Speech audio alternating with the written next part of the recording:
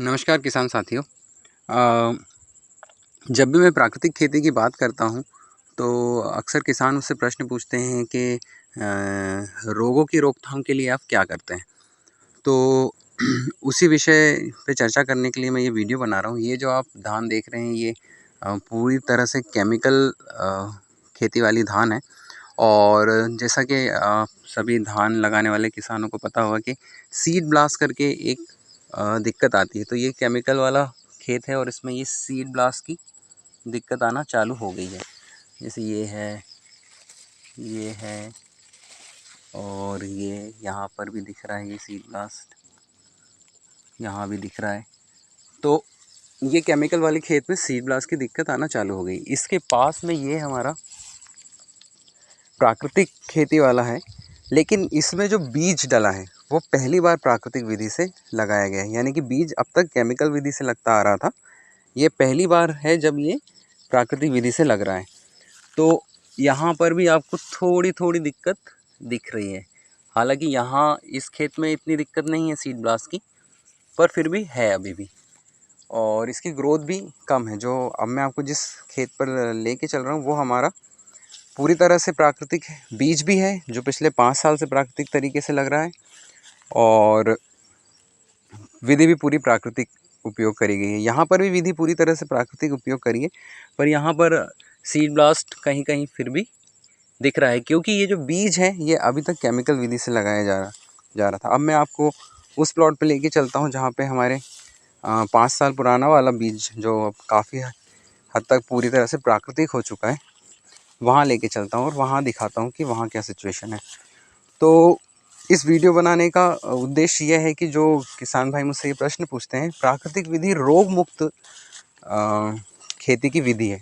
अगर उसको सही तरीके से किया जाए, अगर आप प्राकृतिक बीज का प्रयोग कर रहे हैं तो बहुत कम या बिल्कुल भी रोग नहीं आता। हाँ, अगर वो पहली बार किसी खेत में पड़ रहा है वो प्राकृतिक बीज, तो थोड़ी बहुत दिक्कत हो सकती है। लेकिन फिर भी केमिकल विधि से लगा हुआ खेत या पहली बार केमिकल वाला बीज अगर यूज़ हो रहा है, उससे कई गुना बेहतर रिजल्ट आएगा। यानी कि आपकी 50% प्रॉब्लम पहली बार में ही ख़त्म हो जाती है, अगर आप सही विधि और प्राकृतिक बीज का उपयोग करते हैं। तो अब मैं आपको उस प्लॉट पे लेके चलता हूँ जहाँ हमारा पूरी तरह से प्राकृतिक बीज लगा हुआ है।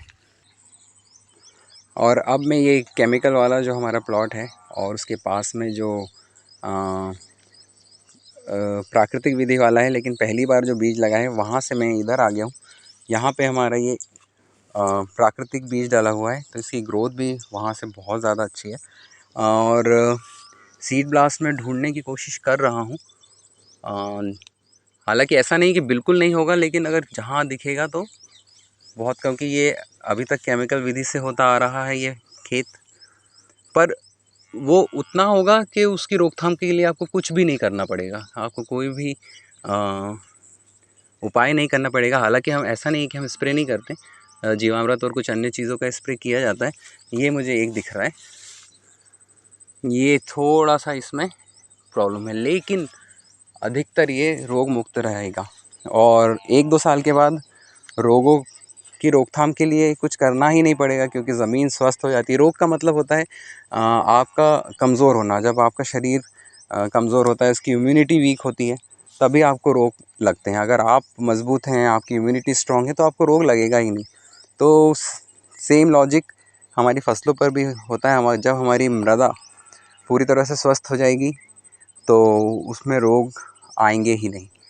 तो ये उन किसानों के प्रश्न का उत्तर है जो पूछते हैं कि रोगों की रोकथाम के लिए क्या करते हैं। तो सही शुरुआत ही रोगों की रोकथाम का सबसे बेहतर उपाय है, क्योंकि शायद हम सभी ने बचपन से पढ़ा है कि इलाज से बेहतर बचाव है। तो अगर आपने बचाव कार्य अच्छे से करा है तो आपको रोगों से लड़ने के लिए कोई ख़ास मेहनत नहीं करना पड़ेगी। तो बस यही एक बात आपके साथ शेयर करनी थी। तो प्राकृतिक खेती करते रहिए, जो नहीं कर रहे हैं वो करने के बारे में सोचिए, विचार बनाइए और स्वस्थ रहिए। धन्यवाद।